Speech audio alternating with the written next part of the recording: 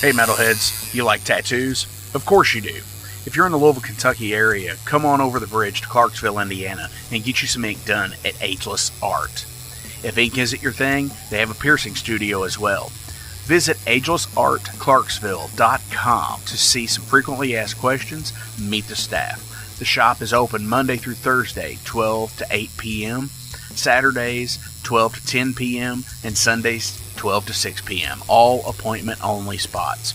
You can set up your appointments by phone at 812-283-1793 or email agelessarttattooandpiercing@gmail.com and someone will get you set up for your first or your next tattoo or piercing.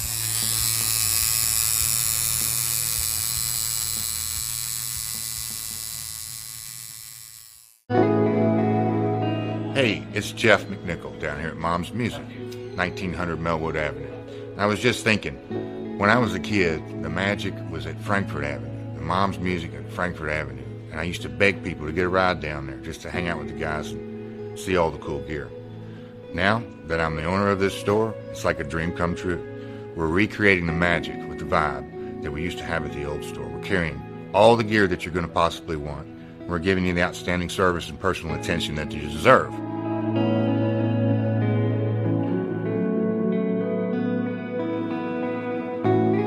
Yeah, so we've got the great guitar shop here. We're carrying USA Fender, USA Gibson, Paul Reed Smith, Gretsch, Jackson, Charvel, anything you could possibly want, we're going to have it for you. Mom's is and always will be Louisville's music store.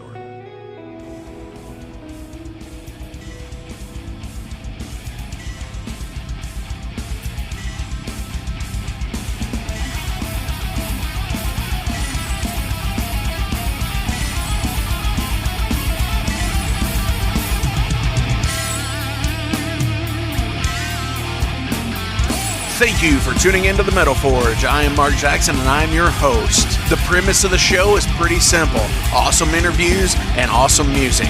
If you want to contact me, hit me up at metalforgeradio@gmail.com or visit the website metalforgeradio.com. And now, let's get this show on the road. Alright, metalheads, thank you all for tuning in to this week's episode of the Metal Forge. How the hell is everybody? Yeah. I'm doing fairly well. A little bit rainy this week, a little bit hot. But hey, that's what it's all about. It's all about pounding out the best fucking metal out there. And today we have a little bit of a different deal. My friend, the one-man show Fingernails, is here in the Metal Forge studio. He's doing some EDM type stuff, but he's also mixing in some awesome fucking like death metal elements and shit like that with it as well. Totally makes all his own sounds. Super fucking rad shit. We're going to check in with him here in just a minute, because also in another minute we're going to do a Metal Mischief. Athena is back, and this one's a little bit special because she's sitting here and we're going to talk about some cool fucking shit. Hell yeah. Dig that. So I'm going to keep this super short and super sweet because I don't know how long Athena and I are going to talk. Hell yeah.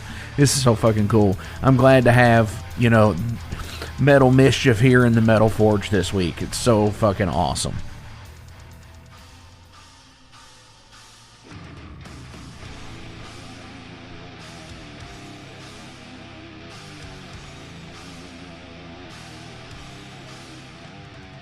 Misfits and miscreants, bangers and mashers, deviants and the deviated, the tormented and the fermented, ghouls and goblins, creatures of the night.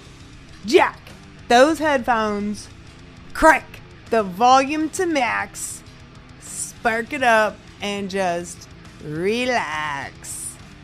It's time for your deadly dose. Welcome to the next installment of Metal Mischief. On today's lineup, CORPSESSED, Succumb to Rot. So, preemptively, I've got to say, this is a very special Metal Mischief. I am actually in the studio with Mark at the Metal Forge studio instead of the Heavy Metal Bunker. So, you know the shenanigans are going to be even more amplified. You didn't see that, but I'm doing like the air quote thingy again. So, Mark, turn up that fucking metal, make with the bourbon, and help me find my fucking lighter, because it's time to gush about some death metal from Finland. Yeah. Welcome. Mark, say some shit. Dude, you're here, like, in person. It's so fucking cool. Like, holy shit. I cannot believe it. It's been, like, a long time coming, you know, like, to actually, like, hey, how can we do this and actually do it? And actually do it. Right. Because it's totally fucking rad, you know? And, you know, you did sit there and say, so here's the bourbon. I tried to make a noise for it. Actually, like, yeah, we're a little too far away, but I'm cheersing Mark right now. Like, yeah. It's kind of like the air quote thing. You gotta just, like, imagine it. Because this is not television. No. It's not even YouTube. No, and I'm glad, because I didn't put on any makeup this morning. I just look like me, so. Hey, I gotta say, it's special for me to be here, man. Thank you for having me, for sure. And it's an honor to be in the Metal Forge studio. Hell yeah. I'm glad that you're here doing this, because I get to see the, you know, like how the sausage is made at this point. And so it's for me, it's awesome. Oh shit, I gotta put my pants back on. No. Sausages and shit. No. All right, man. Yeah, I'm very honored to be here. So I'm gonna go on my whole spiel now. Yeah, tell us about CORPSESSED. CORPSESSED. That's right. So I have a good buddy of mine who lives down in Texas, and he likes to periodically. Hold on 1 second. I have to preemptive this. We've known each other for over 20 fucking years. We've been to over 100 plus metal shows together. Me and this guy, Tim. He's fucking awesome. He's from Texas. And he loves to send me shit every week that he finds that's random and whatever, you know. So this is actually a drop from my buddy Tim in Texas for CORPSESSED. Now, of course, I heard of them before, and I listened to some of their stuff previously. They've been around for a while, almost 15 years or so now. So, you know, I've heard some of the other stuff, but I hadn't really followed up with them. So when he dropped this in my bucket, I was like, all right, man. And as soon as I put it on, I was like, this is an album I have to review. It's so fun. It's energetic. It's old school. So that's my preemptive here. I'm going to go into my little spiel now. Small droplets of spit dance. Well, in this case, we will call it track number 7, Profane Phlegm. In the pulsing red lights, as bodies start to convulse and fists start to fly, this is some old school death riffs vibrating down your spinal cord. That's right. CORPSESSED began in 2013 with the dagger and the chalice, and continued to consume the rotting flesh with their newest album, Succumb to Rot. The recording and the mastering of this album is gritty. You know, the way death metal is supposed to sound, in my opinion. This overproduced stuff, you know, it's... I'm just not a fan of the overproduced sound that I find permeating the metal scene nowadays. It's too clean. We want the pops, the cracks, the fucking wrong notes. That's what makes it so unique and so fun, you know? Just stop overproducing shit, man. That's what one thing I really liked about this album is that it was raw and it was real and it wasn't overproduced. Those little pops and cracks and like things like that are in there. And I really fucking appreciate that, you know? It's dirty and gritty, and it sounds like they have their face buried in a fucking muff. That's right. That's fucking fun death metal. The fucking muff. Mark's face right now is pretty priceless. It's great. the vocals are not garbled, you know, in the way that you cannot understand them. Trust me, I am a huge fan of Piggy vocals, but for the sound that they have, his vocal style is perfect. Also, it does not dominate over the music. The production is clean, but not overproduced. A little echo here and there, but then some crushing guitars and heart-palpitating drums lead you down this dark, beautiful rabbit hole. I did not skip one song. And Mark, I believe earlier when we were talking over a glass of bourbon, that you also did not skip any of the songs on the album. Not at all. And it was just like I put it on, and from the intro track, you know, I just, from that whole thing, was hooked. And just had to listen to the next song and all of that. Just because it was just so fucking awesome. Yeah, I mean, nowadays it's easy to put out an album where you got 4 or 5 songs that are really fucking good. But to put out solid albums where you don't want to skip a song here and there and you're like, not this one, not that one. This album literally was like straight through, solid, didn't have to skip anything. All the songs were conducive to one another. It wasn't like, it was all over the place. You know how some albums, when they're trying to kind of like reinvent their sound after they've been around for so long, and like half the album sounds like one band and the other half of the album sounds like a whole completely fucking different band. CORPSESSED like stuck with their roots, which I really appreciated with this. You know, there was no like trying to change it up. They were like, nope, this is who we are. This is what we do. Here's our fucking new album. I appreciate that a lot, actually. I really do. You don't have to change shit up. You really don't. Like, it's nice to, like, kind of, like, reinvent yourself a little bit when it comes to, like, new albums. But to completely change your sound, which I have found a lot of metal bands have done over the years, is kind of disheartening in some ways. Yeah, I can get behind that because it's, you know, what works. Stick to what works. Right. You know, you don't have to, you know, I understand growing as an artist, but fuck, you know, come on. Right, but like your fans fall in love with you for like what you are putting out there. If you change that up too much, then, you know, you're gonna lose some of your fan base because it's not what they're looking, I don't even want to say accepting or expecting. I mean, it's what they're looking forward to. Right. You know, so I can honestly say in this fact, CORPSESSED, they haven't missed a fucking beat. Like, it is, they have been solid every album. After I went back and listened to this one, I went back and listened to all their albums just so I could, like, compare between, like, their, you know, their changes over the years. And I have to say, they haven't really changed that much. And I don't necessarily think that's a bad thing. I think they're holding on to their roots. And, you know, they have had the same band members for, I think, like 10 fucking years. They haven't changed their band members. Which, nowadays, everybody is like, it's like a dirty horse swap. You know, it's like, let's just like, oh, you want my drummer? I'll take your guitarist. Oh, you want my bassist? I'll have your vocalist. Or whatever. You know?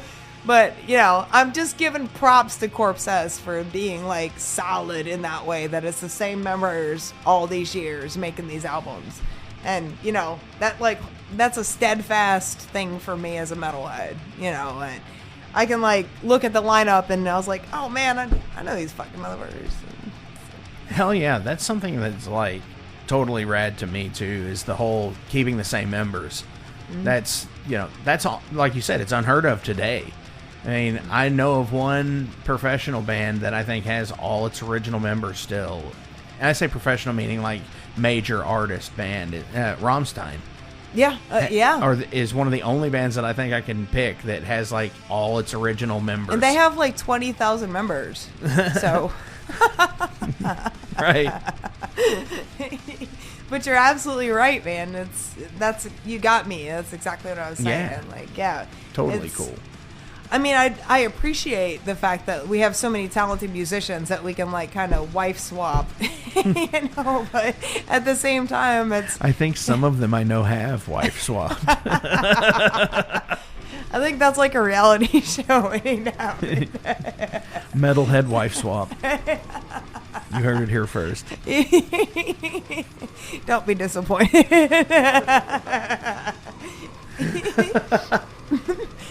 Okay. So, yes, thank you for your input, Mark. Thank you very much. Okay, I'll shut up now. No, I don't want you to shut up. It's all right. But I have to say, I really did enjoy the fact that the drums, I'm big on percussion. Like, vocals and percussion, I know, like, guitar, that's an easy, like, oh, guitarists, oh, they're heroes and all this shit, right? I get that. Absolutely. I fucking admire so many guitarists. But badass fucking drummers, man, percussion, that leads everything. Your percussion leads the whole band. If you're not a badass, then the rest of your band has to pick up where you aren't a badass. But I have to say, honestly, the drums are absolutely amazing on this album. They're technical, but not overwashed. They're not tinny. They sound very earthy, and I like that the drums are a little bit muted. Like, that's one of the things I noticed that I really liked. For a 5-piece band, no one musician actually stands out over another. The talent and the music is very balanced on this album. You know, sometimes you can hear, like, more of the guitars, more of the vocals, whatever. Like, this one, I feel like it's very even-keeled between the entire band. And I really appreciate that about the album. And then I just want to go back for a second. I know Mark's already talked a little bit, but I just want to say, Mr. Mark Jackson, Athena, let Mark talk. Yeah. Yeah, these are my notes. I'm just, like, literally reading going my off the notes. Athena, let Mark talk. It is extremely well mixed. Well mixed and mastered, I will say that. Yeah. Yeah, me too. I think so too, man. Okay, so now that we have put our noses all up in the business, it is time to introduce the stars of the show. And I don't mean Mr. Mark Jackson over here. No, you're the star of this. This is Metal Mischief. We're not even going to get into this right now. And please, as always, excuse the lack of talent that I have for people's names. Like, I try. I really, really do. Here's our lineup. Jesse Dakamana on the drums. And that's literally how I think he says it to people. Like, I'm probably way off, but Jesse Dakamana. That's how I would say it if I had that name. Yuri Lustig on the guitars. Matti Michaela. Backing vocals and guitars. Another name I really like. Nico Matalea. Lead vocals. And Tumas Kalumala. I almost feel like I'm like bringing something up from the dead when I say Talas Kulamala. He is on the bass and probably raising the dead as we speak. Yeah, it is like the 3 words. Klaatu. Varata. Nickel. I was also thinking of the movie House. Yeah. Yeah. You know what I'm talking Yes. about. All right. So now that we have met the members, it is time to talk shop, or I guess morgue in this case. I may have already mentioned that this deadly, fabulous 5-piece resides from Finland, but I have not mentioned that it was recorded, produced, and mixed at Furnace 5034 starting in October 2020 and wrapped up somewhere in January 2021. It was mastered at Resonance Sound Studio and distributed by Dark Descent Records starting on April 22nd, 2022. Seems like a very lucky number to have your album released on. I'm just saying. All right. Oh, in my notes it says, take a shot and banter with Mark. Take a shot. I didn't bring mine in here. Oh, shit. I will drink twice for us then. Yes, here. Oh.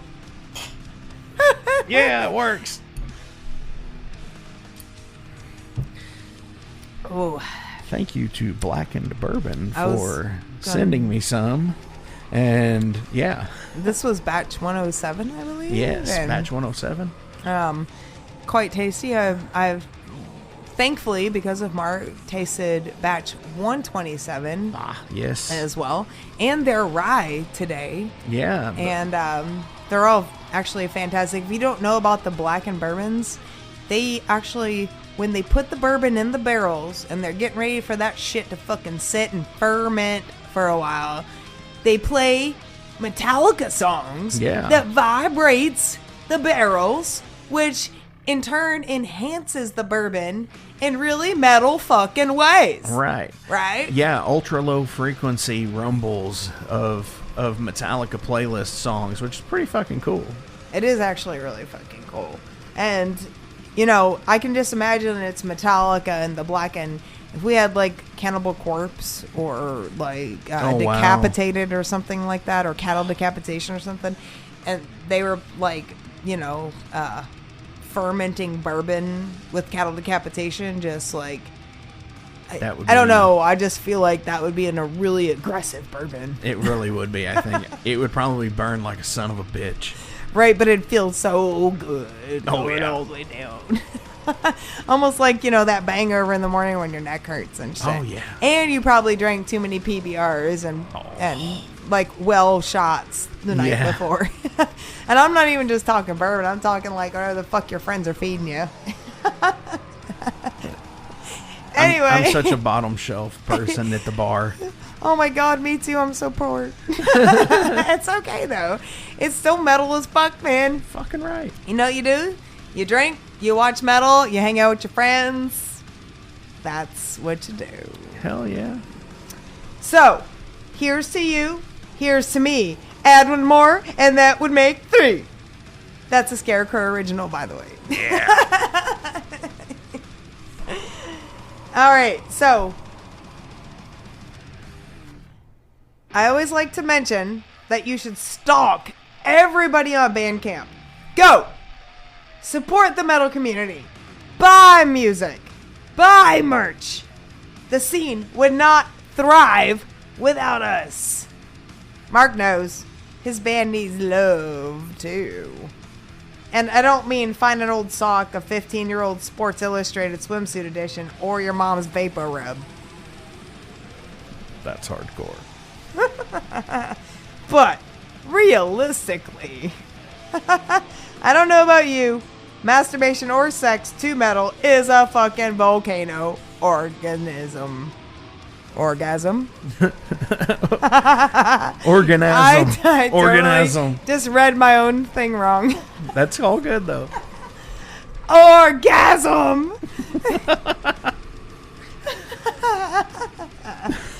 Now, do I have your full attention?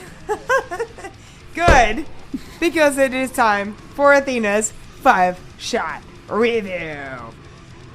Here are the rules. If you have been sleeping through class, 5 shots.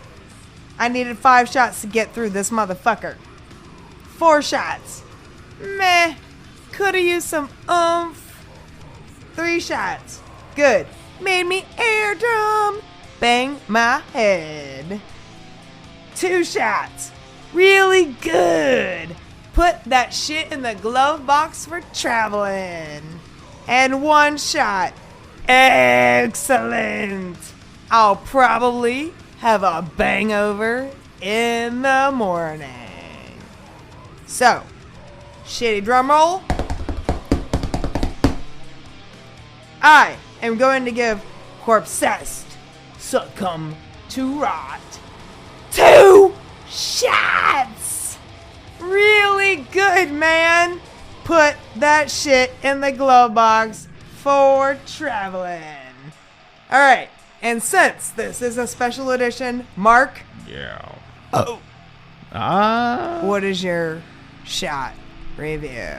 It's definitely gonna be how many. Definitely 2 shots as well. Put it in the glove box. It's coming with me. And you know, put it on the iPhone. Listen to it regularly. You know, that's the cool thing is it doesn't take, it's like 35 minutes. So we've listened to most of it already. But it's so fucking rad. Like I said, there's not a skip on it. Yep, not a skip. I love it. 2 shots Don't all say around. these. That's right. You heard it here on the Metal Forge and the Metal Mischief. So, until we meet again, have a most excellent time. And remember, keep it heavy.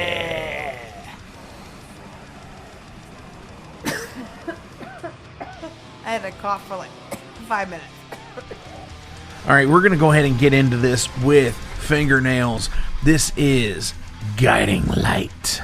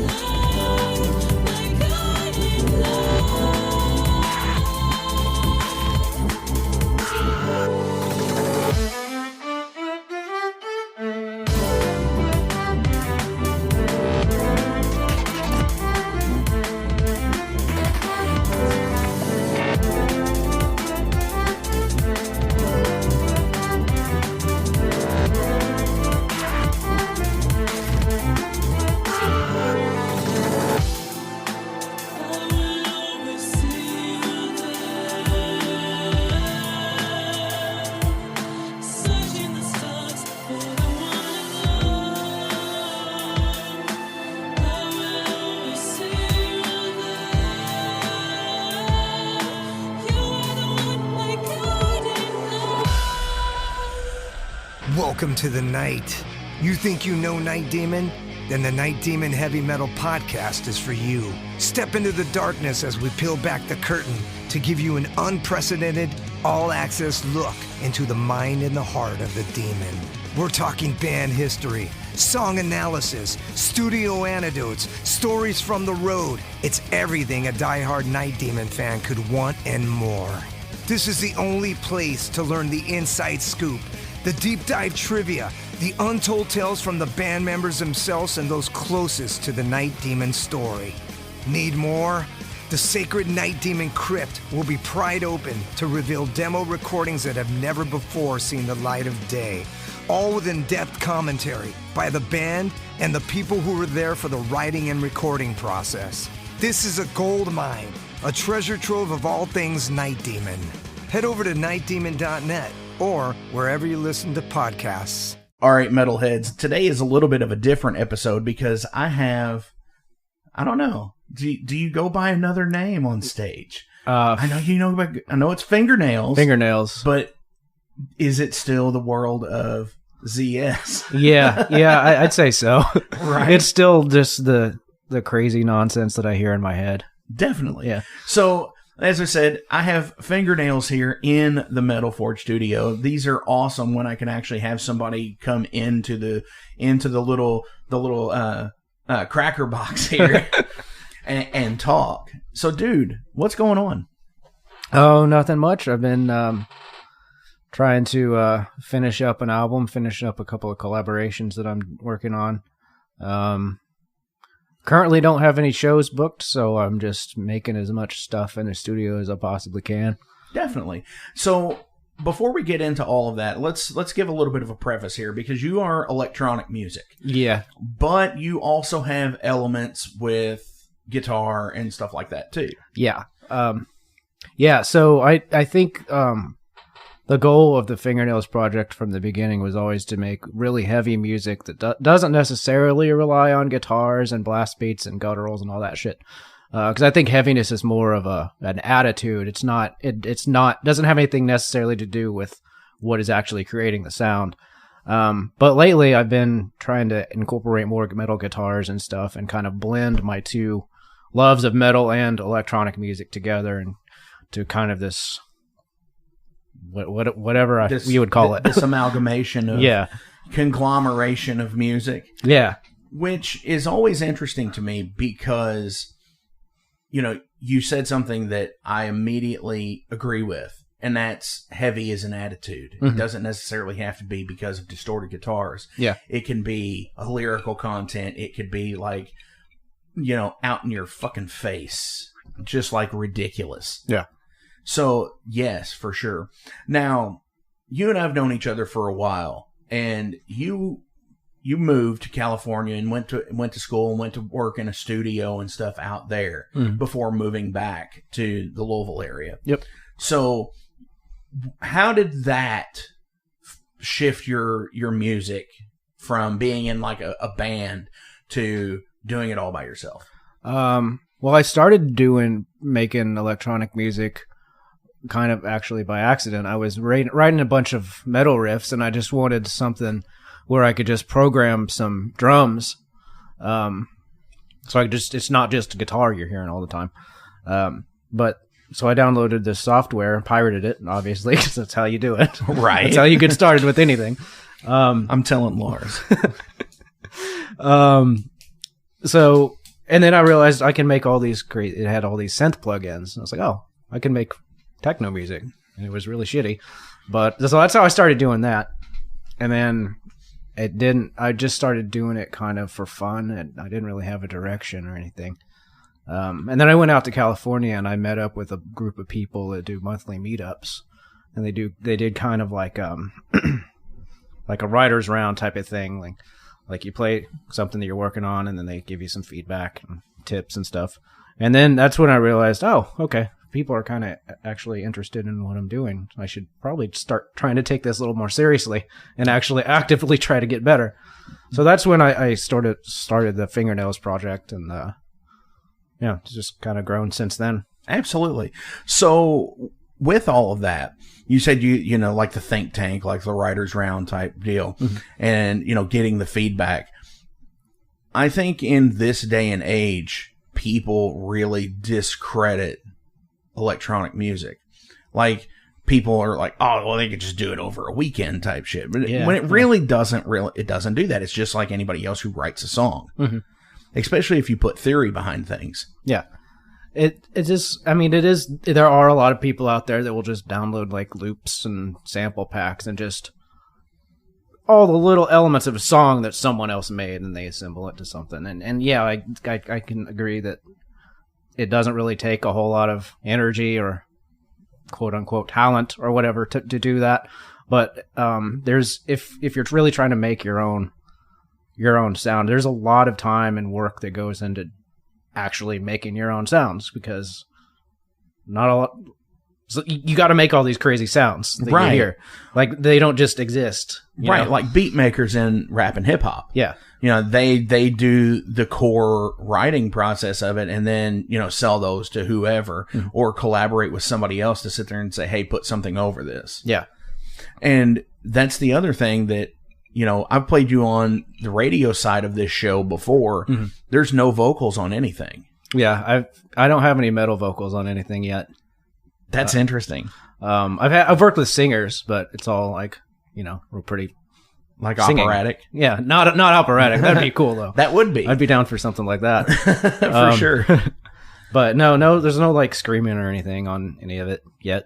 Maybe. I mean, it might be a facet you're going to go down in the future. Yeah, I think it'd be something that'd be fun to explore. See, that's the other thing, you know, not answering to an actual band. Yeah. Has to be awesome too. There is definitely that. That was really appealing to me also, because all throughout like high school and like early through like college, I was trying to start bands and stuff, and it's just real hard to find people who are reliable and, you know, are on the same page. So yeah, it's really nice just to only have to answer myself. For sure. Well, again, reliability, accountability, you know, making sure everybody's on the same page and nobody's out getting trashed before a show, before practice. You don't have to worry about that. Yeah.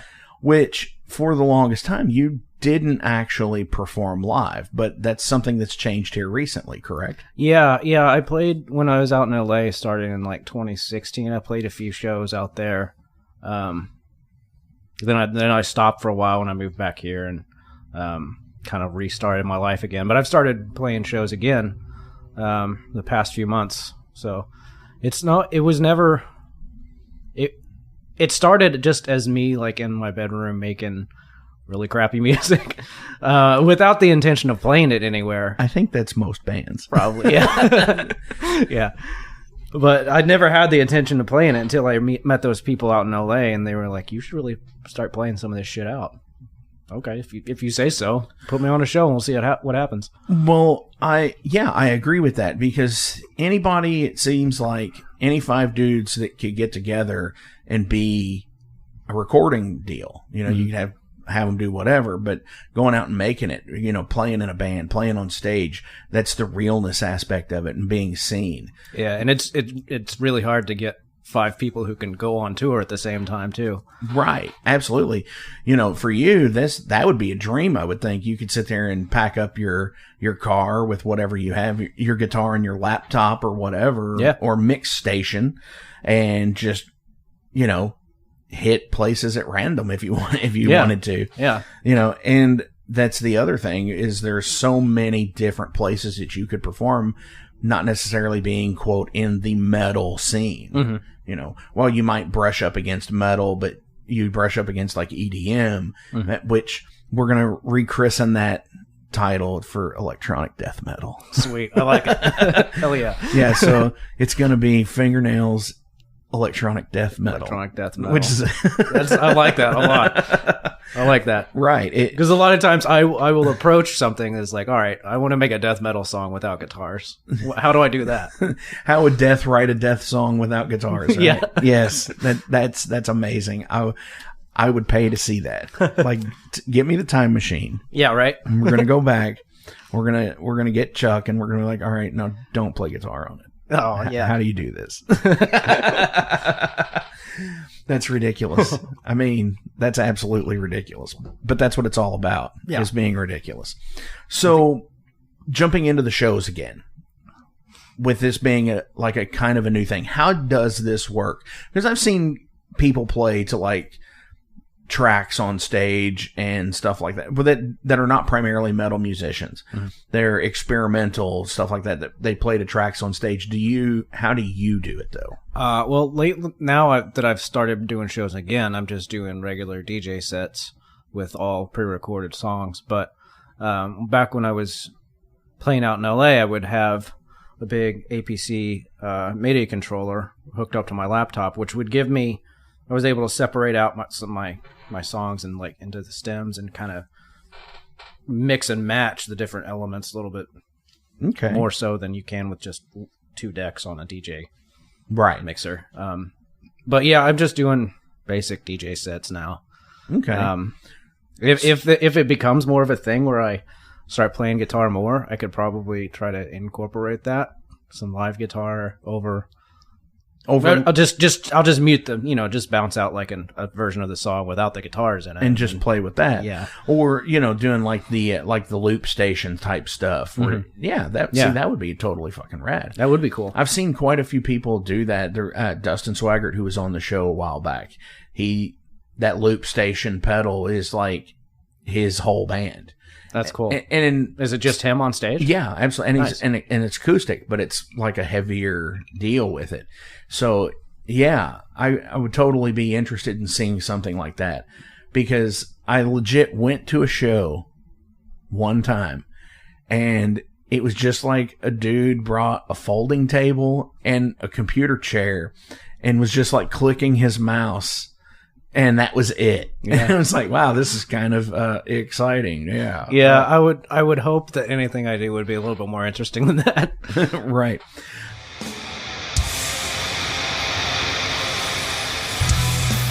Hey, everybody, let me tell you about the new sponsor to the Metal Forge, Unchained Tapes. They're an independent Pennsylvania tape label. They focus on extreme metal and punk with a killer approach to the tape scene.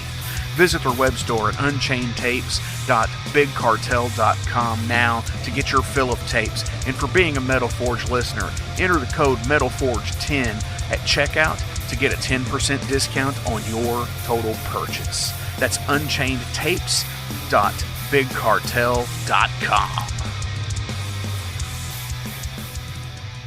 Hey, it's Mark Maxwell at Maxwell's House of Music. Listen, all this stuff is now available to purchase on our website. Check it out at maxwellshouseofmusic.com. We carry all the top brands, like Fender. We got Gibson. We also have basses. We've got ukuleles. We got drums. We've got sound gear. We've got keyboards.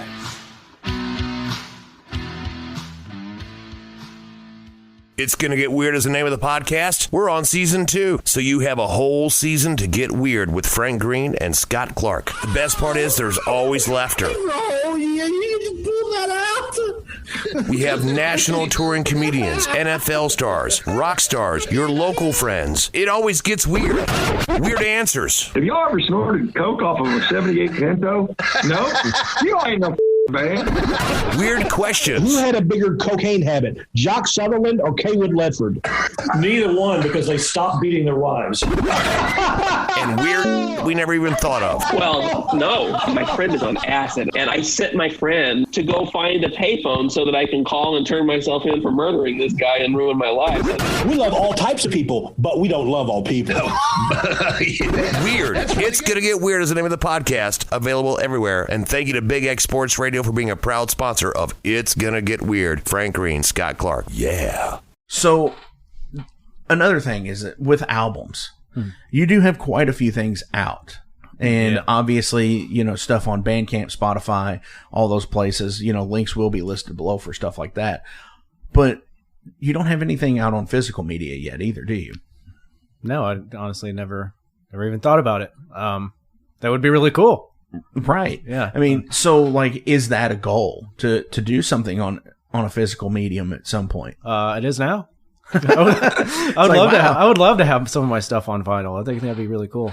Well, yeah, and I think that's the ultimate goal for most musicians in today, is to have something out on vinyl. Because it's, hey, I mean, that's like the essential quote, making it, I think, with a lot of people, is that it's like, back in when I was a teenager and shit, it's like having something out on a CD with a barcode on the top, like the top spine label. That's when it was legit. Yeah, it was like, it's got that label on top. It's even got a little hype sticker on there. That's fucking making it. Yeah. And then now, it's like vinyl is such in the in right now. Right. And it's just like, how awesome is it to have something on vinyl? So much, in fact, that it is, the market is like skyrocketed expensive again. Yep. But yeah, I mean, I think physical media. I'm that guy that always buys a CD. Yeah, I miss the availability of CDs. I still love CDs. They're still out there. I still release on CD. Well, yeah, but it's hard to find unless you go to a show, Yeah, that's true too. Or just order on Alpha like Bandcamp or something. Right. And then you have the aspect too of your in-town record stores and stuff like that, your independent, brick and mortar stores, and that's always a pain in the ass too sometimes. Yeah. Because, you as an independent artist, you can sign your stuff there unless the record shop owner is cool enough to buy it outright, and then he just sells it. Yeah. But yeah, totally finding CDs at shows and stuff for sure. And even though I'll buy a CD if I can, if I'm at a show and the bands are selling CDs, but I still don't have any way to listen to them. I still have to rip them on my computer. Right. And listen to them digitally. Yeah. That's funny. But I just like having something you can hold. You could put it in the PS5 or whatever. Do they play CDs? Probably. I don't know. I don't know what I don't even know if they have disc drives anymore. Well, see, that's the thing. That when I was setting up to do this show, I wanted to go with a nice laptop setup. And think what you will with laptops and shit like that, but I went there and it's like, I've got to be able to have a way to rip CDs and shit. And almost no laptops come with CD drives anymore. Yeah. And it's like, what the hell? It's like dead medium, like nothing comes with an A drive, Yeah. I've got a keyboard that still has a little 3.5 floppy disk drive on it, and it still works. Wow. So, that's awesome. But it's a relic. It is. It really is. And that's the whole thing, is like, I really would like to have a way to do stuff like that, because I still burn CDs and listen to them in my car. I still burn mixes of things. I mean, is that even a thing for you? Does you have a newer car? Does it even have a CD player? It doesn't even have an aux cable. It's Bluetooth or what? It's Bluetooth or bust on my car. Jeez. Yeah. I really wanted an aux cable, but no luck. That's hardcore. But yeah, when I bought my last computer, the one I'm currently using now, it was really hard to find just a CD burner, right?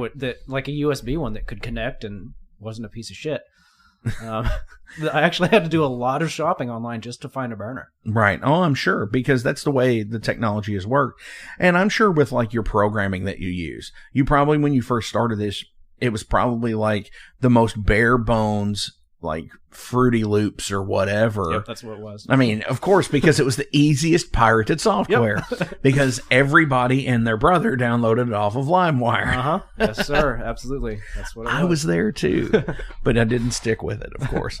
But it was fun. But yeah, so the easiest of software, and now 20 years later or whatever, it's the way technology has advanced since, just even since burning CDs at home.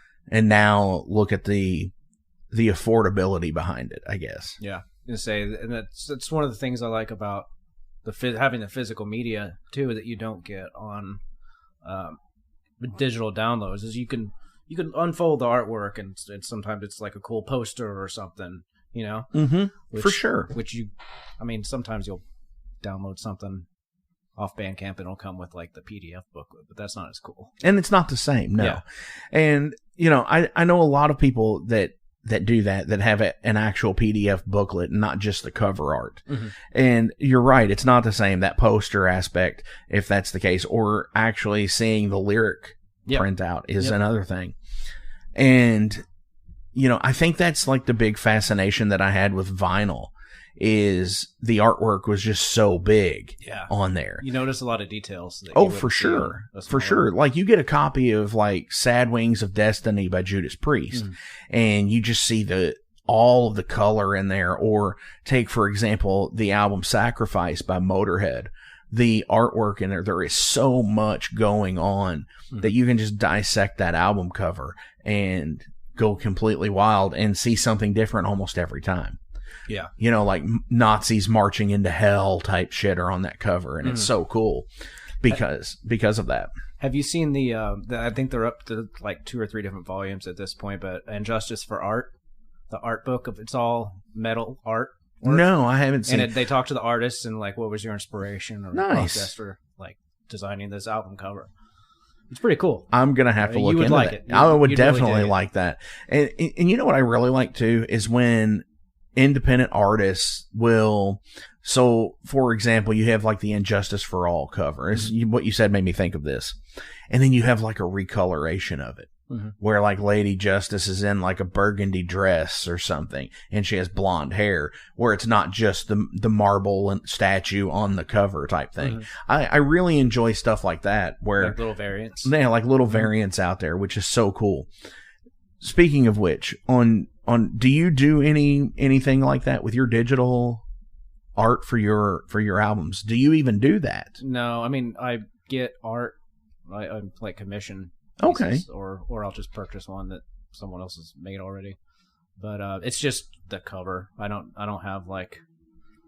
You don't give a specific direction to somebody and say, this is what I want? Sometimes I do. It depends on if there's a theme behind the EP or the album that I'm working on. Then I'll tell them, you know, this is what I kind of want to convey.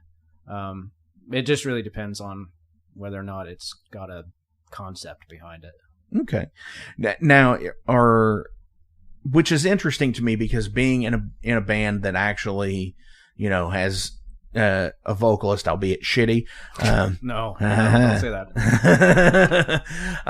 But you know, quote, popular music. And this is like the argument I always had with Megadeth. It's like Megadeth would not have any vocals if it wasn't required for them to be, quote, popular music. Yeah. Because watch Dave live. He mumbles through everything. Yeah. So how does an artist like yourself work into a concept album type thing with just music? Because obviously with vocals involved, there can be a lot of vocal tag back segments where, you know, take, for example, the song Aqualung and the song Cross-Eyed Mary, where Aqualung, the hobo, the bum, is watching Cross-Eyed Mary play in the playground through the fence, you know? So it's like, and it's direct referenced. How do you do that? I generally, when I do have a unifying concept throughout an EP or an album, each song, I go into it with kind of a scene playing out in my head, like out of a movie. And I try to kind of create what I think that would sound like. Okay. So that's my way of trying to convey an idea without relying on lyrics, which obviously it's more hit and miss whether or not the listener gets that. But that's how I try to convey any type of concept or unifying theme. That's really, really interesting, and it's super deep, actually. I spend a lot of time looking for trying to find textures and creating sounds that have like the right type that fits the scene that I have in my head. Okay. And whatever the scene is, I mean, yeah, you're the one who obviously knows what it is. Like you said, it might not be that same scene for the listener, but the beauty part of that is that's how all music is, I think. It is absolutely. Even in my stuff, what I do is very much like, this is what I want to convey, but it's open for interpretation. Yeah. You know, like I'm looking at a backside of my album cover like right now, and you know, having a song called Evil Bitch, you know, obviously there's something to convey there, but it's really just a thing of saying like, you know what?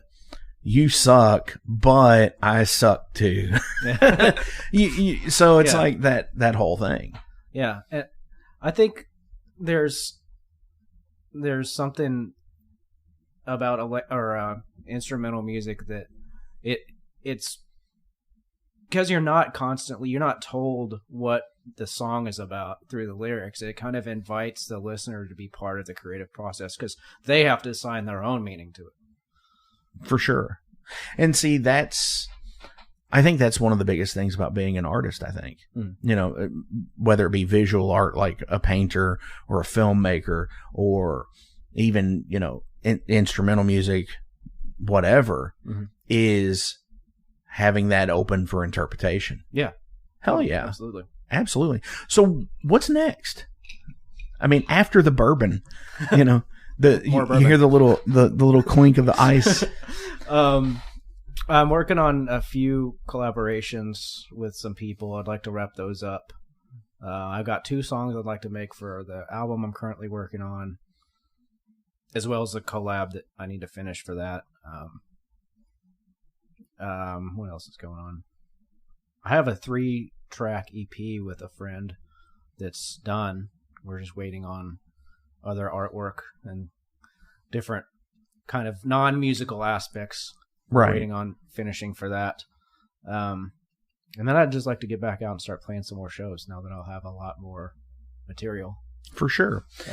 So definitely having collaborations is always cool. And I understand like the collaboration in the aspect of like rock music and pop music and stuff, because it's like, okay, this dude played a solo on something, or this person sang, you know, it's like having Ozzy sing with like somebody else, you know, that's the collaboration.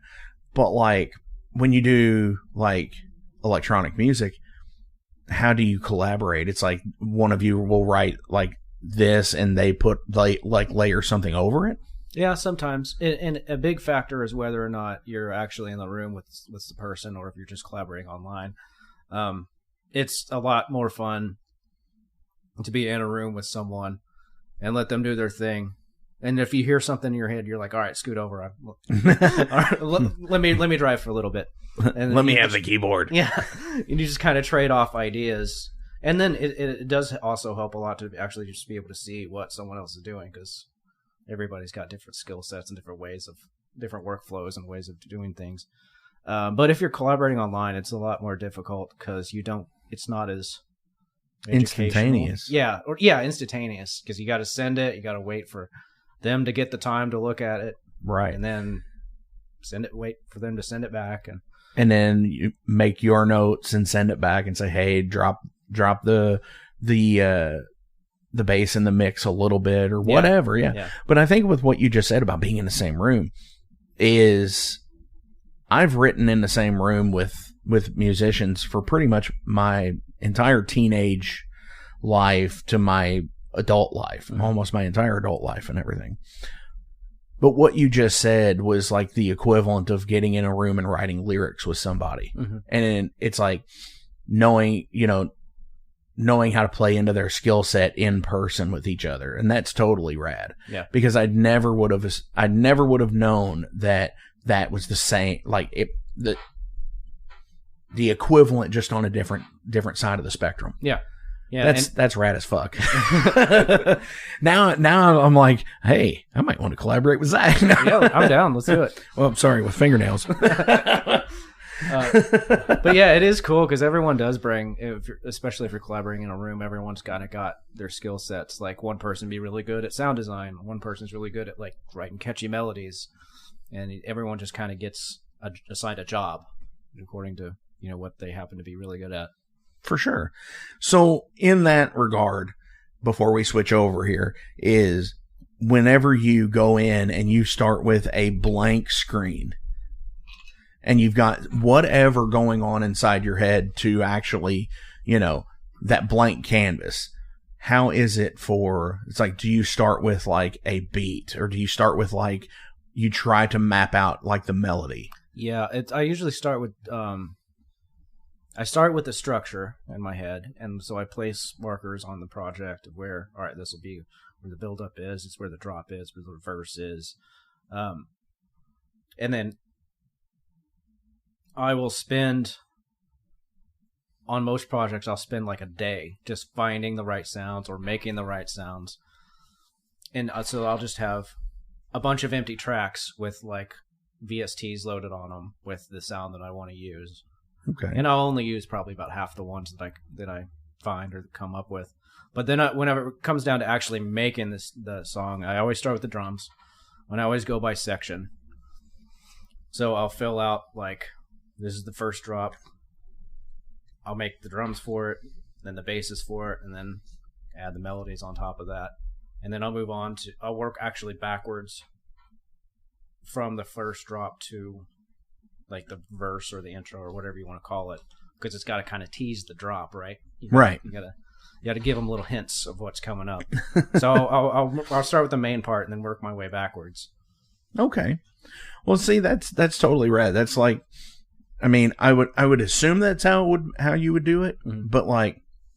But when you sit there and say that you just load up all of the VSTs for like the sounds that you want to use, mm-hmm. and then from there, just like arrangement and setting everything up. That's rad as shit. Yeah. I think I'm the only one I know of that does it like that. A lot of people will just start making sounds.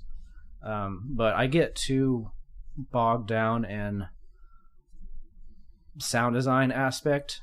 So I'll spend so long just trying to make a sound. That's why I dedicate like a day to it. Right. Sound design where I just don't plan on writing anything at all. Because if I try to do it at the same time, I'll just spend so much time, hours and hours, trying to tweak this one little sound, and then have really nothing to show for it. Right. And then it takes me out of like the creative zone. Whereas if I've got all the tracks on sounds that I could possibly want, then I just see what works and I just go and see what works. Definitely. And I'm sure, spending time designing a sound or such is, even if it's for like a millisecond in a song, mm-hmm. that, it still takes a while to create that. That's just like having any kind of guitar player write this, like, just like this one little passage. It's like da-da-da-da. And it's there for a split second, mm-hmm. and it might be the only time. Yeah. So dedicating the time to doing that and to keeping. And I try not to half-ass any of it either, because there are like sometimes it's got the little da-da-da-da-da. Sometimes that's like what ties the whole thing together. Right. Exactly. Hell yeah. Some really cool things happening this coming up week. Check out Slaughter at Southgate House. It is a 2-night kick-ass battle royal event with some of the most awesome fucking bands out there today. It is from Transplant Productions and Will Finer, and you're going to be getting your ass kicked that night. Actually, you're going to be getting it kicked 2 nights in a row, August 5th and August 6th. We're going to have Ex-Hoarder, Shankable Offense, Cheap Gas, Blazentine, Wraith, Idle Throne, Black Knife. So many fucking more. There is a meet and greet for Ex-Hoarder Saturday, August 6th at 1:45 p.m. And then it's going to be at Jet Age Records, just a couple of blocks up the street from the event. You want to be there. You want to fucking be there. It's at the Southgate House Revival in Newport, Kentucky, the epicenter of metal these days, because it's right in the middle of Indiana, Kentucky, and Ohio. Hell yeah. Tickets can be found on ticketweb.com, southgatehouse.com, and you can also find out more information at facebook.com/transplantmusicpro. Get your fucking asses out there and metal the fuck on. Stay heavy. Hey metalheads, it's with great pleasure I get to tell you guys about a new sponsor to the Metal Forge, Ageless Art, New Albany. After 20 years of owning and operating Ageless Art in Clarksville, Indiana, Phil Garrett had a vision for a new type of tattoo studio. Something that is clean and modern, sleek, refined, inviting. And he's done just that with Ageless Art in New Albany. You can find it at 2736 Charlestown Road, New Albany, Indiana, 47150. Business hours are Monday through Saturday, 11 a.m. to 7 p.m. Sundays are 12 to 6. All sessions are appointment only, so give them a call and go get you some new ink. Or if it's your first time, go get your first one, baby. So let's go ahead and switch over. This is everybody's favorite aspect of the show. We're going to ask some general profile questions to you as a person. Now, these are all new questions. The cool thing about it is none of them have been repeated yet. And oh boy. It's questions about life. Okay. It could be related to music. It could be related to whatever you want to relate it to. But for the most part, it's all about life. Okay. Questions. So, question number 1. Because you've went to college a couple of times. Yeah. So this is kind of cool. When you have to study for a test, what is a proven successful method for your studying? Really loud music that blocks everything else out. Really? Yep. I can't concentrate with silence. Wow. Yeah. Like you get inside your own head and you just start thinking about all the shit, I guess. Yeah. I think it's because I got ADHD. There's like, if I don't have like a layer of just something in the background, my mind just goes, it's all over the place. Definitely. I could get that. And yeah, that can be tough, especially, that whole, silent car drive on the way home type shit. Oh, I hate that. Ooh. Yeah. Yeah. Gotta blast something and you can't, and the bad thing is you can't blast something that's too heavy or fast because then you start speeding. Yeah. And yeah, right. And, exactly. And then you get in fucking trouble. Yep. Because ACAB, man. ACAB. That's funny. What is the one thing you wish you had the money to pay for something to do for you? That's the example when you pulled before the show started. It was, and I shuffled the shit all around. So what if you had the money? What would you pay someone to do for you? Pay someone to do for me? Yeah. I think I'd hire like a manager or something. Someone to just like do these interviews for you. No, this is not this. But shit like social media and reaching out because I hate doing that shit. Yeah, and you have to though. Yeah, it's the necessary evil today. And I'm going to say this now. Yeah, I would totally dump fucking Facebook and Instagram and Spotify and TikTok and all that social media shit. Just to, I just want to do this part of it. I want to talk to people. I don't want to have to fucking promote it. I want somebody else to promote it for me. Yeah, exactly. Like a PR person or a manager. Or manager or social media guru. I don't know. Someone to do all that shit for me. Every time I hear the word guru now, I immediately think of that terrible Mike Myers movie, The Love Guru. and like that's the first thing I think of, and it's like, oh God, please don't say guru. Yeah, no, I wouldn't hire him. What are you superstitious about? Oh. I don't know. I don't. Anything? Fear, you're superstitious if you think about the plane crashing when you fly, it's going to. Oh, I do think about that every time. I think about it when they take 9/11. off. Huh? I think about it when they take off, from the airport, and I'm driving over the interstate. I'm like superstitious that one's going to crash into the fucking interstate when I'm driving over it. Oh, yeah. Yeah. I guess I'm always like, if there's a train on an overpass and I'm driving under it, I'm like, oh, fuck, it'd really suck if that thing just fell on me. Oh, because I always have that thought in my head. Yeah, that innate fear or rational fear or whatever it's called. Yep. Oh, yeah, I get that too. That's crazy. And especially because, sometimes in some places in Louisville, especially over by like U of L. Oh, yeah. They're all over the place. The viaduct is so low that the semis completely get fucking trashed and stuck under it. So, you would totally think that a fucking train would fall through it. Yep. Because it's been hit so many fucking times. Right, exactly. What activities make you lose track of time? Definitely working on music. being on social media. Right. Another reason I don't want to do any of that shit. Right. Yeah. I mean, oh yeah, like the whole, the TikTok thing is totally a time suck. Yeah. Like you'll sit there they're 1 to 3 minute videos, right? Mm-hmm. So yeah, I totally get that. It's like you watch a video for a minute, then you swipe to the next one, or it's like, oh, that one sucks. Swipe. But then you watch 10 of them, and it's like you've wasted half an hour. Yeah. And it's totally like mindless zombie shit. Yeah. Like, am I enriched by having watched that? No, not at all. No, it made me giggle. Yeah. Or when you watch the thirst traps or whatever. Yeah. But like 10 minutes from now, I'm not going to remember that video. Oh, hell no. That's why there was the save feature. Yeah, it's true. Yep. But yeah, so writing music, yeah, and social media. Anything else that you do that makes you lose track of time? No, I generally try to stay pretty aware of what time it is because I try to keep myself busy. Right. Because again, the silent car thing. Yeah. Yeah. Yeah, I can't handle inactivity very well. I get that.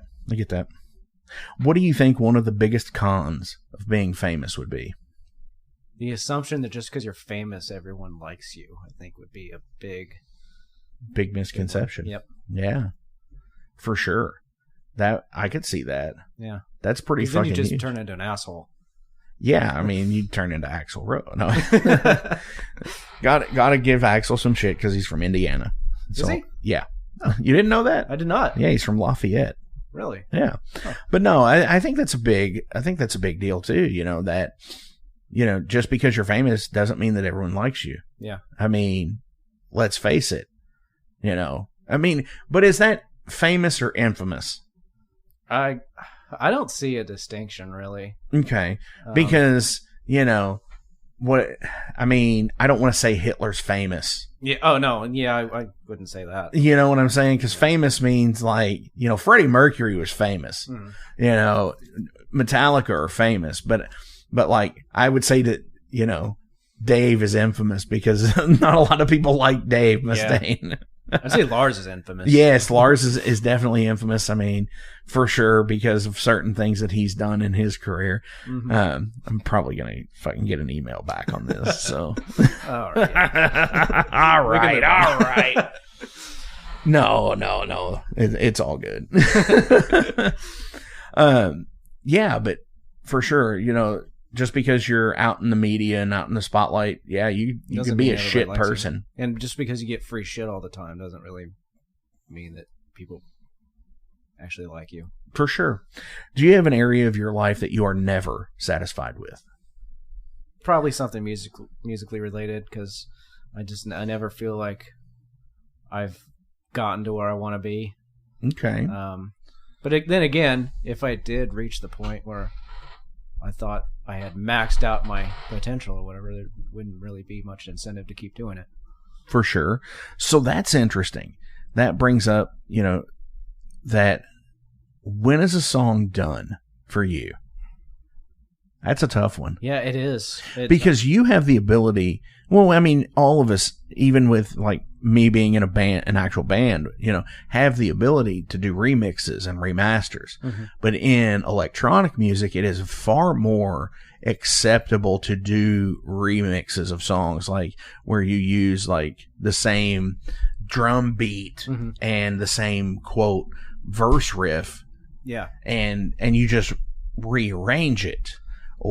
But so like seriously though, when do you consider a song being finished? Whenever I'm just happy with how it sounds, because I don't think I'll ever get like a perfect mix, or a perfect flow from start to finish. But whenever I reach a point where I'm like, okay, I could play this from start to finish in front of a crowd and be proud of it and be satisfied with it.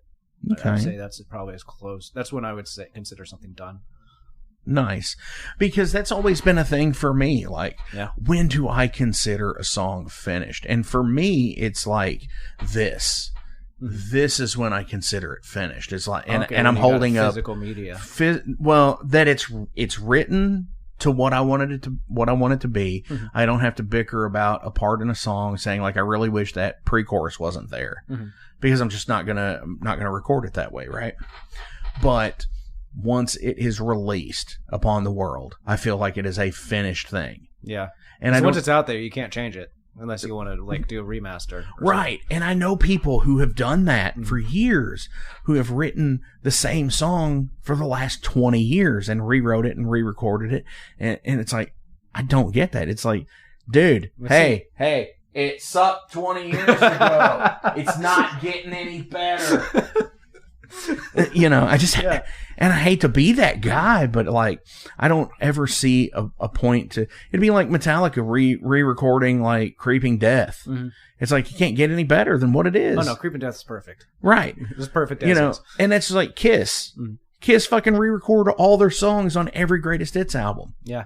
Like they are like totally re-recorded, and like, they're down in pitch now, and they're, you know, it's like, fucking stop. Yeah, I want 1976. I think that would just get obnoxious. I would get so angry at my songs. I would get sick of them if you just re-recorded it or remixed and remastered it the whole fucking time. Yeah, and then there's like then you have like 10 different versions of them out there. Right. Like which one do you really want to hear? I don't know. I feel like the original is probably always. Here's something interesting too. When you go out to write, and I know that this is probably something that should have been asked earlier, but I'm going to ask it now. When you go and write and record for the menial sense of not like how we're recording this show. Yeah, it's obviously building it. Excuse me. So, do you cut your songs down? Do you go in, you arrange like 12 minutes and then you cut it down to like 6 or whatever? Do you just let it go? Never. I haven't made a song that long in a long time, but sometimes I'll be like, okay, well this, like I'll have one verse that stirs as the main intro, and then the second verse, which kind of is a bridge between the first and second drop. And sometimes it's like, well, the second verse is too similar to the first one, and it doesn't really bring anything new, and I can't think of anything new to put in it to make it different enough, so I'll just get rid of the whole damn thing. Okay. So sometimes I'll do something like that, and only shortens it by like maybe 30 seconds or so, but nothing like, it's not like you're losing whole scenes. No. Like, you know, like the whole scene of Luke in the fucking Tashi station. You're not losing that whole thing there. Yeah. That whole like 6 minute scene. Okay. Yeah, never anything that drastic. Okay. Or if I do, I will take elements that I like the most from that cutscene, and then start a new project with those, and then use that as the basis for a complete other song. Okay. Which ties into somewhat of the concept idea. Because they were previously one thing. Hell yeah. Yeah, and that way you could connect 2 songs that weren't previously connected. Yeah. See, that's fucking rad as shit.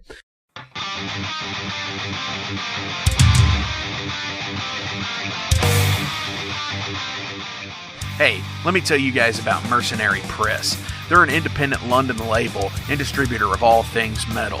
Mercenary Press delivers the goods from their own independent zine. Trust me, you're going to want to get in on that.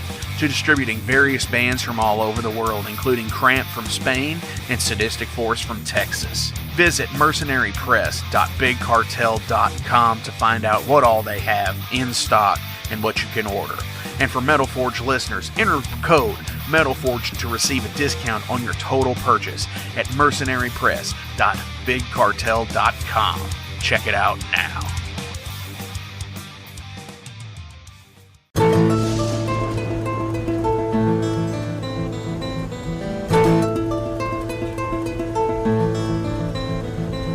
Since 2013, there has been a calling from the underground, from the graves of all those unholy, and they decided to make a zine to talk about all of this.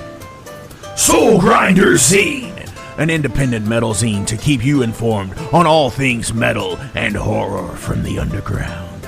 Available in both print and digital formats, they're bringing you the best interviews and reviews out there today. Not only do they do the zine, but they also do compilation CDs. Check them out at facebook.com/soulgrinder.zine and start your subscription now.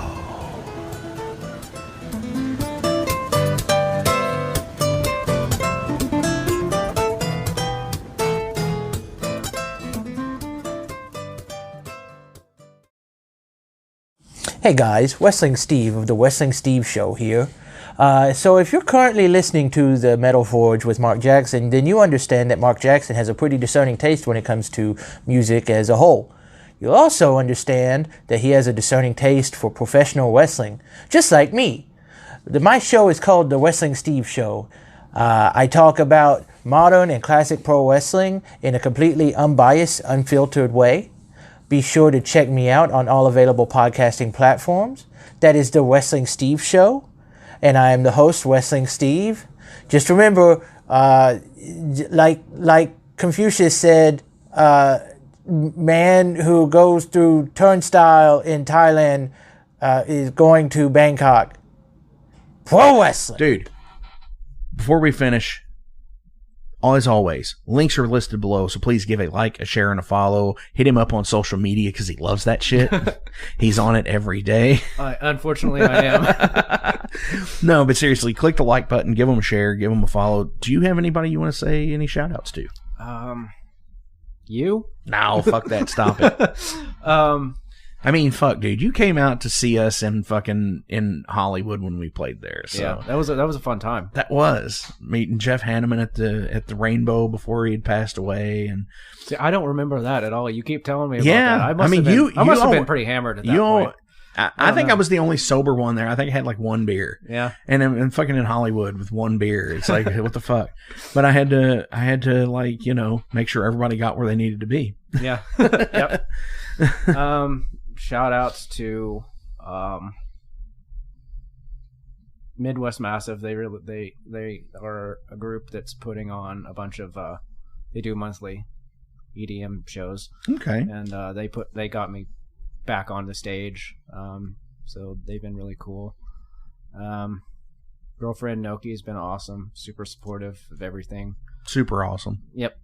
And just anyone that likes and shares or takes time to check out what I'm doing or appreciates it, big thank you. Definitely. Hell yeah, man. Awesome stuff. So final question of the day is, what famous person's memoir would you like to read? Oh. There's a lot of good ones out there. There are. Shit. Now that I've asked, you've all went blank. Yeah, I totally have. A lot of dead air. I don't know. We'll start out with stuff that you have read that you enjoyed. I liked the Rob Halford memoir. Oh, fuck yes. Really and he's about to come out with another one. Oh, well, there you go. That's the one I would like to read. I think it's called Biblical. Okay. Or something like that. Interesting. I didn't know he was going to follow up with another one. Yeah. And Confess is a great autobiography. Yeah. And the audiobook is even better because it's him. Oh, he narrates it. He narrates his own audiobook, which is totally cool, And I don't know if you do the audiobook thing or not, but seriously, that would be one to listen. I haven't. This is Audible. I like the one with Randy Blythe from Lamb of God. Okay. I know you're not a fan. Yeah, I'm definitely not a fan, but I thought that was very good. I don't know. It's of course, my mind is obviously going towards music and metal. I think I would like to read a memoir by someone in the early 90s black metal scene in Norway, with all the church burnings. Interesting. Like a Burzum. Fenriz or Varg, even though he's kind of a major asshole. Yeah. That's general asshole to you. But I think that one of those would be really interesting. There's a page on Facebook that has Fenriz in it, and he's just and it's the same, and they share the same picture every Friday. Mm-hmm. And it's him, where he's in, the documentary or whatever, and he's just like, "Are you having a good Friday?" And it's just Jesus Christ. Yeah. And one person I know is he shares it every single Friday. That's hilarious. And I laugh my ass off every time because he's on the phone with somebody. Yeah. And he's just Hey, it's Fenriz. Are you having a good Friday? That's totally good shit. Totally awesome. Have you seen the political campaign poster that he put out? He ran for some, like, I don't know, some political position in Norway. This is forever ago, obviously. But he didn't really even want it or think that he would get elected. Then his campaign poster was him with his cat, and it said, "Please don't vote for me." And he probably got it. Yeah, he did. Oh, my God. See, you know what? I'm going to say this. If you ever in your life do anything to be a smartass as a joke, it's probably going to fucking happen. Yeah. Dude, thank you for coming on to the Metal Forge this week. Dude, Fingernails, thank you for coming on to the Metal Forge this week. I appreciate everything that you've done. I love hanging out with you because it's an awesome fucking time. It's like there's always laughs. There's always bourbon or tequila on the rocks. There's always very spirited discussions of metal. Yeah. And like, do you see what they just did? What? Yeah. Shit like that. It's like, well, I don't know if I would do that. It's always a good time. It's always good laughs and everything. And I'm glad you're out actually making new music and playing shows. Yeah. Because I think I've tried to always be that kind of a driving force for you to be like, hey, fucking just go out and do it. Fucking. It feels good to be out there. Yeah, it does. And if you're in the Louisville area in the future, stop into one of the Metal Forge live showcases at Magbar or wherever they may be in the future. You might end up seeing Fingernails live there too. You might. That'd be awesome. That would be awesome. But, you know, especially between like teardowns and setups and shit like that. That would be totally cool to keep something going on. Yeah. That's not a jukebox. Yeah, exactly. I thought about that. Some of the metal shows that I've been to, like they'll play just like hip hop and stuff. Yeah. Stuff that's, I mean, it's hip hop. It keeps the energy going, but I can curate much better towards this metal crowd than for sure than whatever. I don't even know who the rappers are today. Right. And does anybody? Yeah. That's the thing. It's all a big like hidden thing, I think, at this point. Yeah. So on the way out today, this is from Fingernails. This is Devourer of Worlds.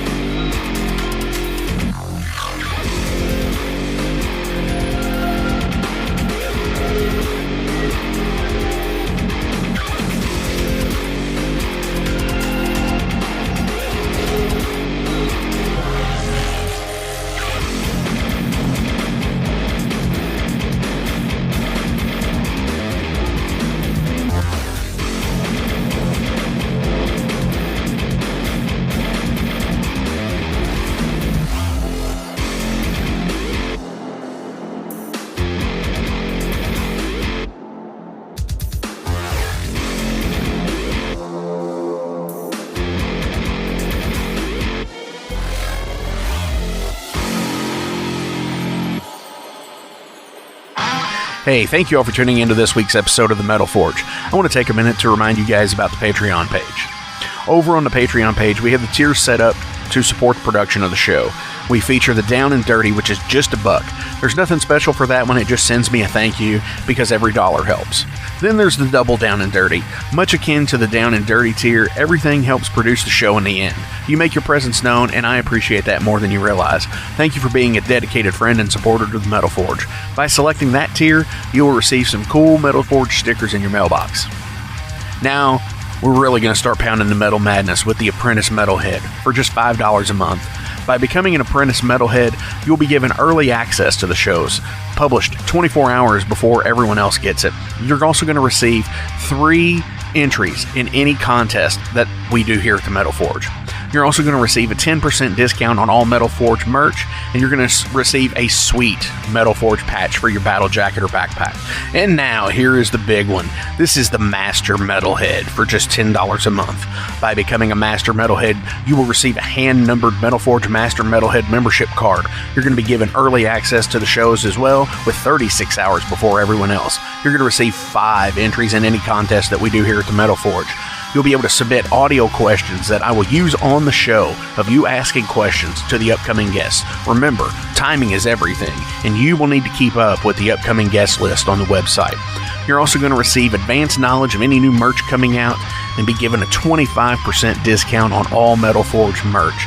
And you're also going to get all of the other rewards from the other tiers. So visit patreon.com/Metal Forge Radio today and help support the Metal Forge. Rock on.